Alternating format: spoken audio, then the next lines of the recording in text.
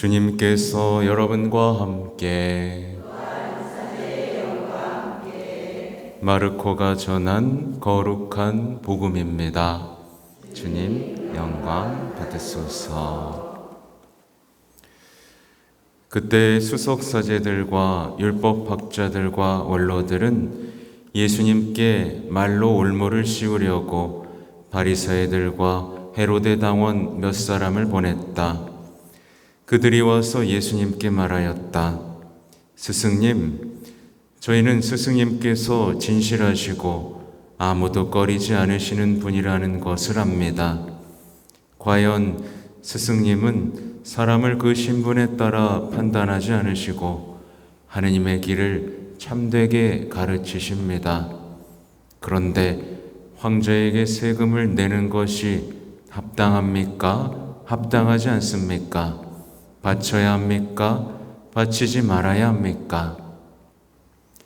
예수님께서는 그들의 위선을 아시고 그들에게 말씀하셨다. 너희는 어찌하여 나를 시험하느냐? 데나리온 한 잎을 가져다 보여다오. 그들이 그것을 가져오자 예수님께서 이 초성과 글자가 누구의 것이냐 하고 물으셨다. 그들이 황제의 것입니다 하고 대답하였다. 이에 예수님께서 그들에게 이르셨다. 황제의 것은 황제에게 돌려주고 하느님의 것은 하느님께 돌려드려라. 그들은 예수님께 매우 감탄하였다. 주님의 말씀입니다.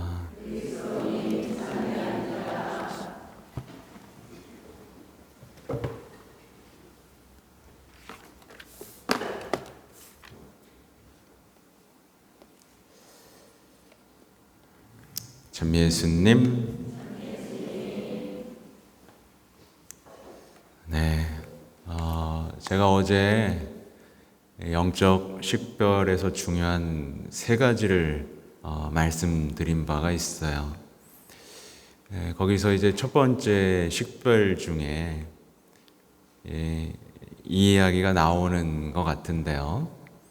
그러니까 좋아요 아니면 싫어요로 나누려고 하는 사람들이 나오죠.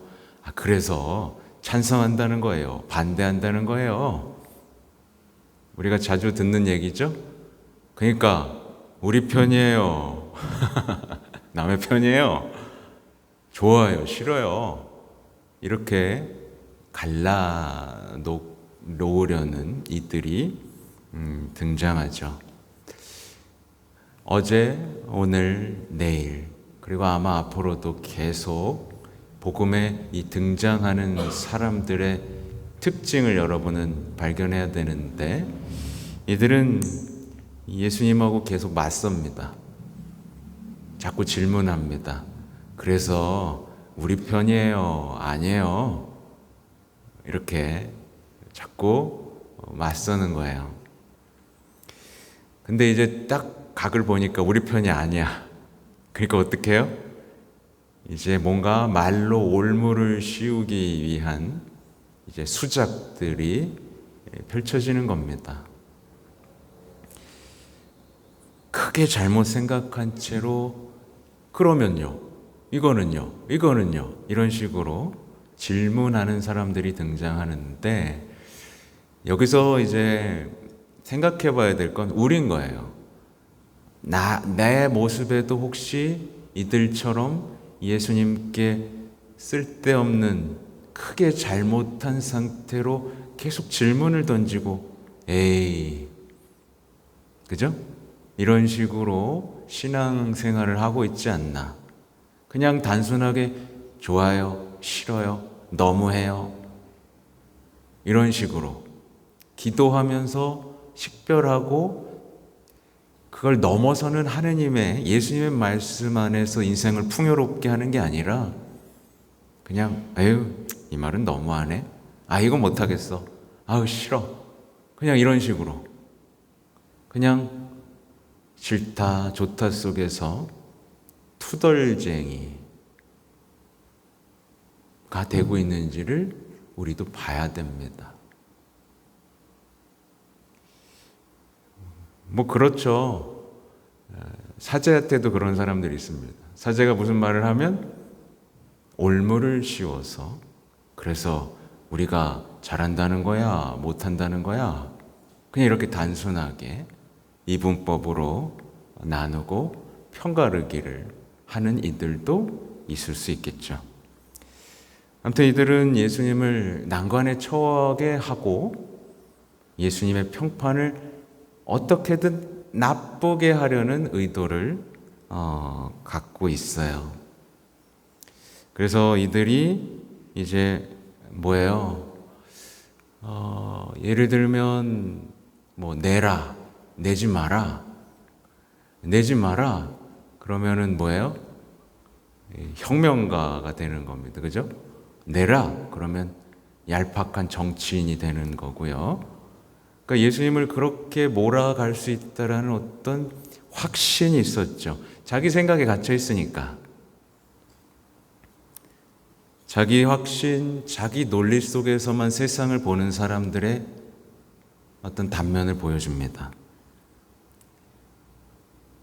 그래서 결국 이들이 예수님께 맞서면서 아주 악영향을 끼치죠. 사람들을 예수님에게서 떨어뜨리는 거예요. 오늘날에 많이 벌어지죠? 미디어에서 온갖 엉뚱한 질문들을 통해 사람들을 신앙에서 떨어뜨리는 작업들이 무수하게 펼쳐지고 있습니다.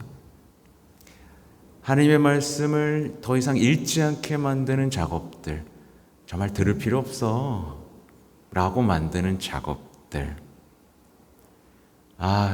교회 가봐야 거기 다 나쁜 놈들밖에 없어, 이런 식으로 만드는 수많은 작업들. 오늘날에 어떤 이들이 예수님 말씀, 교회와 멀어지도록 하고 있는지, 예수님에 대한 미움, 어떤 불평을, 또 교회에 대한 미움, 불평을 키워가게 하는지를 우리는 알아차릴 수 있어야 됩니다. 대부분의 지금 이제 유사 종교, 신천지나 뭐 나주 율리아 이런 깊은 뿌리에는 뭐가 있다 그랬어요? 교회에 대한 깊숙한 비판과 사랑 없음, 문제 의식. 그래, 힘들지? 내가 잘해줄 테니까 일로 와봐. 우리도 거룩하거든? 그렇게 결국 돈 뜯어먹는 겁니다. 제가 이 얘기를 하는 건요, 제가 하도 그 나주율리아 사람들이 댓글을 많이 달길래, 그러니까 제가 나주를 좋게 얘기해 줬으면 좋겠는 거겠죠. 제가 요즘엔 그래서 어떻게 사나 한번 봤어요. 여전히 변명하고 있더군요. 여전히 사람들을 호리고 있어요. 그러니까 아니에요, 우린 순명할 수 없어요, 어쩔 수 없어요, 뭐 이런 얘기 하다가, 그러니까 우리라도 열심히 합시다, 막 5대 영성 막 이러면서, 그리고 혹하게 만드는 것들, 기적에 대한 가짜 이야기들을 쫙 늘어놓고, 그러니까 힘들고 어렵고 살고 싶고 위로가 필요한 이들이 우르르르 가가지고 그렇게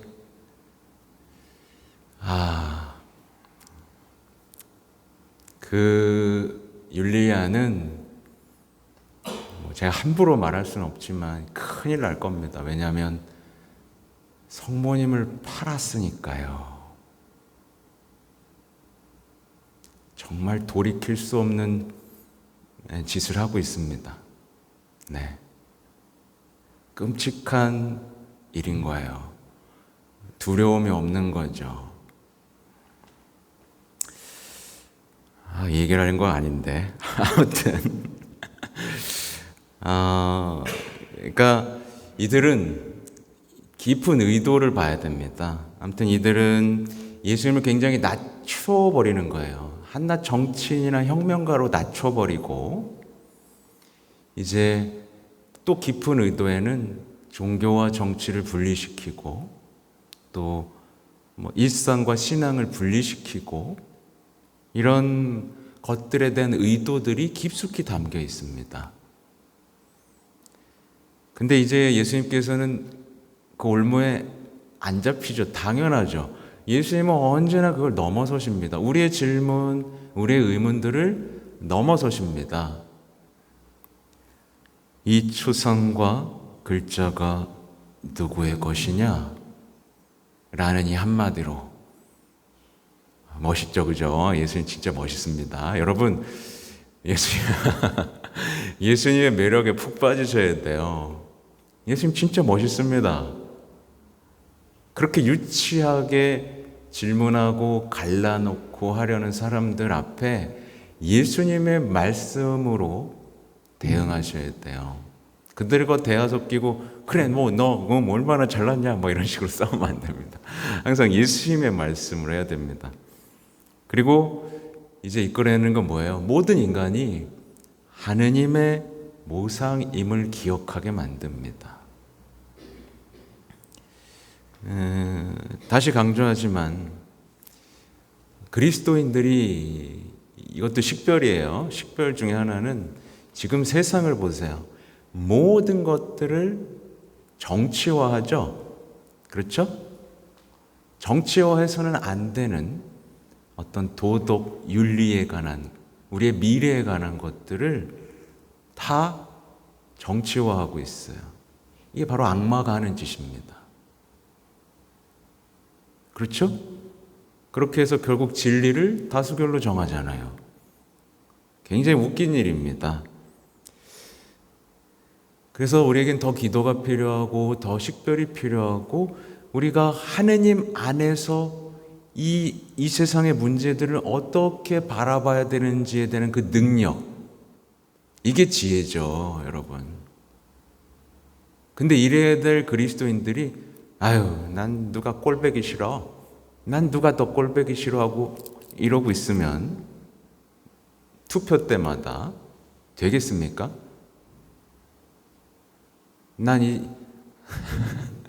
그건 너무 지혜가 없는 거예요.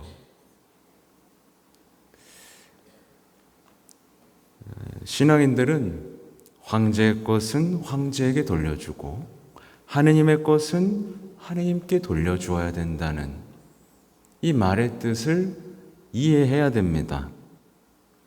그래서 교황님의 말씀을 비춰보면 이런 얘기를 하세요. 그러니까 그리스도인들은 세금도 내고 법도 지키고 인간의 권리도 강조하고 그렇죠?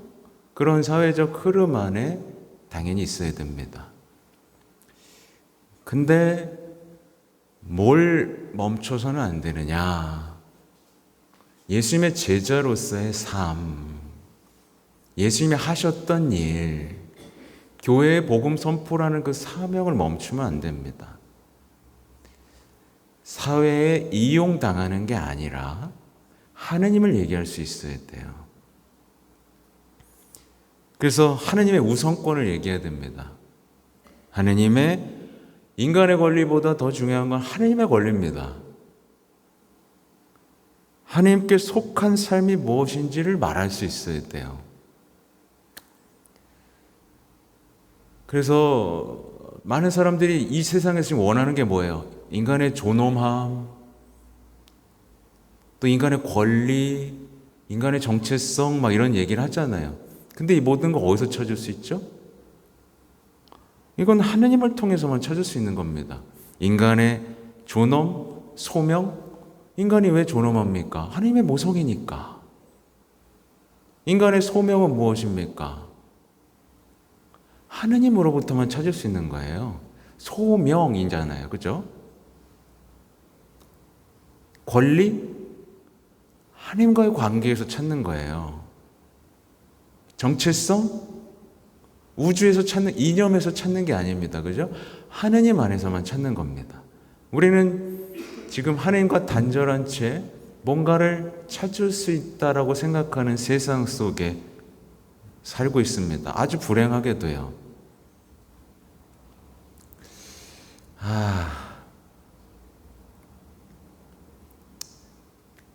써놓진 않았는데 결국에는요, 하나님과의 관계에서 뭔가를 못 찾은 사람들이 자꾸 다른 걸로 삶의 의미를 찾는 거예요. 이 얘기는 나중에, 오늘 깊숙한 얘기는 성모신 심학교 때 하기로 하고요. 그래서 우리가 이 말씀 안에서 점검해 봐야 되는 거, 아까 말씀드린 대로 나는 하나님 것을 하나님께 돌려드리고 있나? 곧 하나님의 모상으로서의 나라는 이 존재의 존엄함을 완성하고 있나? 어떻게 완성하죠? 하나님을 닮아가는 것을 완성하는 거예요. 하나님의 모상이니까 하나님하고 닮아가야죠. 그게 완성되는 거죠. 근데 그걸 어려워할까 봐 누가 오셨죠? 예수님이 오셨죠. 예수님을 닮아가는 게 인간의 소명입니다. 인생의 모든 답을 갖고 있는 분인 거예요. 그래서 멋지잖아요. 하나님이 인간이 되심으로써 우리는 그리스도의 신성에 참여할 수 있게 됐다라는 교리 들어보셨죠? 네. 우리는 한낱 원숭이가 아니에요. 본능으로 사는 그런 미약한 존재가 아닙니다. 그냥 아메바에서 진화해가지고 의미 없이 죽는 그런 존재가 아니라 하나님의 모상이란 말이에요. 하나님의 자녀, 공동 상속자, 이 아름다움이 바로 오늘의 이야기 속에 숨겨져 있는 내용입니다. 얼마나 가슴 벅차오릅니까? 그죠? 네.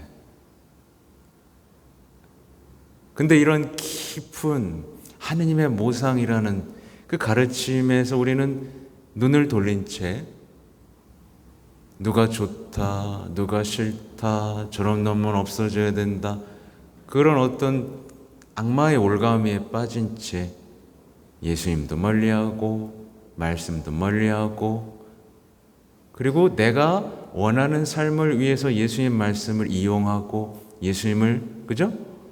그런 저급한 신앙생활을 하면 안 됩니다. 써온 게 많은데 오늘 제가 사실은 제일 중점을 두고 하려고 했던 내용은 베드로의 둘째 서간에 대한 내용을 제가 써왔어요. 제가 말씀을 드렸어요. 베드로의 둘째 서간 한번 읽어보시라고. 굉장히 짧습니다. 왜냐하면 월요일, 화요일 하고 끝나. 내일은 디모데오 이서예요. 근데 이렇게 값진 걸 그냥 넘어갈 수가 없어서 제가 좀 읽어드리면서, 왜냐하면 중간을 다 빼먹고 넘어가 버렸어요. 근데 이제 진짜 중요한 내용들이 엄청 많이 나옵니다. 그래서 어제 보면, 제가 어제 굉장히 강조했던 내용이 뭐냐면, 우리가 열심히 하면서도 열매를 맺지 못하는 이유에 대해서 말씀드렸어요. 믿지 않았기 때문이에요.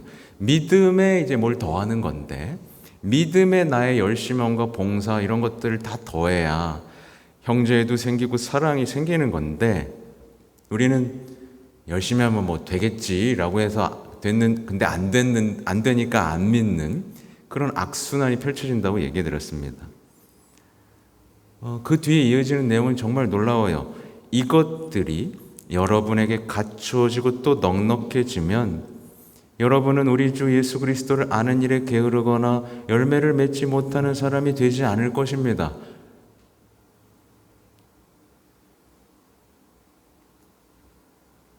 그러나 이러한 것들을 지니지 못한 자는 근시안이라서 앞을 보지 못하고 자기가 옛죄에서 깨끗해졌음을 잊어버린 사람입니다.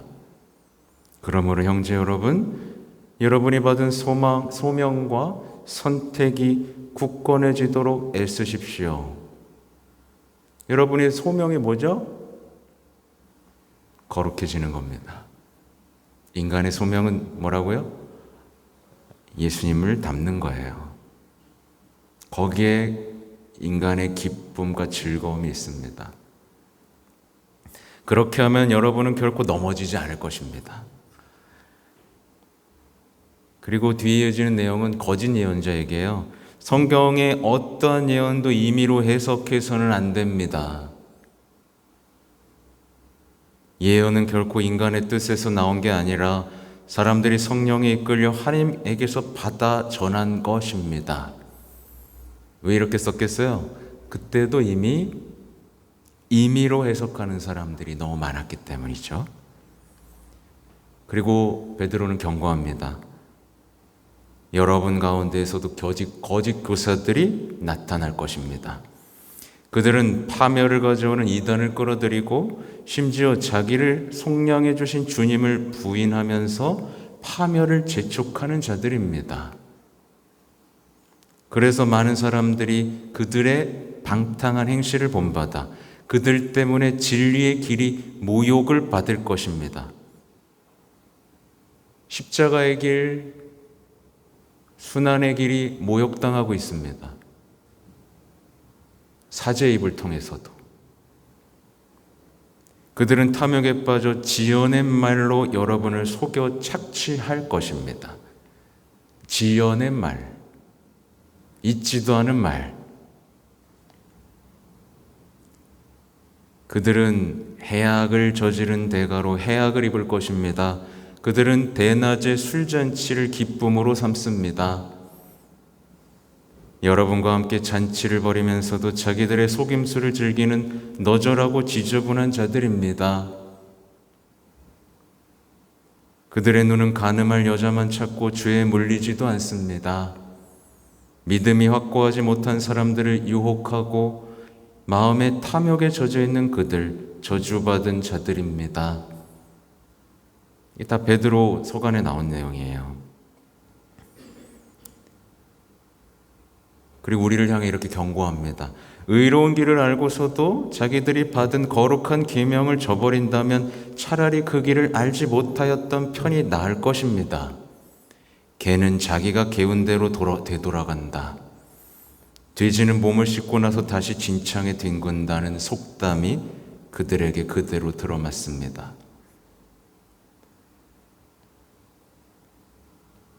그리고 우리에게 이제 위로의 말씀을 주십니다. 주님께는 하루가 1000년과 같고 1000년이 하루 같습니다. 어떤 이들은 미루신다고 생각하지만 주님께서는 약속을 미루지 않으십니다. 오히려 여러분을 위하여 참고 기다리는 것입니다. 아무도 멸망하지 않고 모두 회개하기를 바라시기 때문입니다. 우리가 기다리는 게 아니에요, 여러분. 예수님이 기다리시는 겁니다. 예수님이 참으시는 거예요. 왜요? 모두가 회개하길 바라시기 때문에. 그래서 오늘 얘기가 나오는 거예요. 거룩하고 신심 깊은 생활을 하면서 하나님의 날이 오기를 기다리고 그 날을 앞당기도록 해야 하지 않겠습니까? 우리가 그래야 되지 않겠습니까? 우리는 그분의 언약에 따라 의로움이 깃든 새하늘과 새 땅을 기다리고 있습니다. 이 그리스도인의 정체성이죠.